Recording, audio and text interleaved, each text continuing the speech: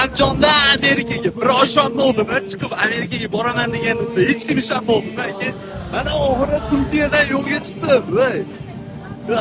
Nima deyishni bilmayapman to'g'risi. Hozir viza hech narsasiz Amerikaga qarab ketyapman. Ishonasizmi, hozir bir oy ishonmayman. Deyman, xudo xolasa yaqinda hozircha Turkiyadamiz.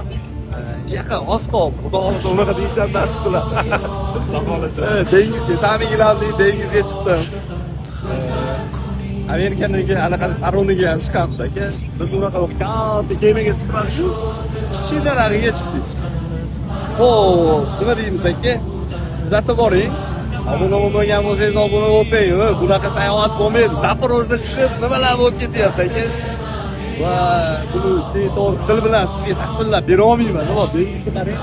Dengizni umrimda ko'rmaganman kemada chiqib.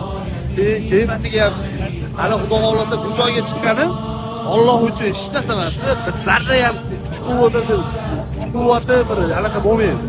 Shuning uchun aka yaxshi niyat qilavering. Yaxshi niyat qilsangiz doimga hech narsa emas. Bo'l desa bo'lib qo'yadi.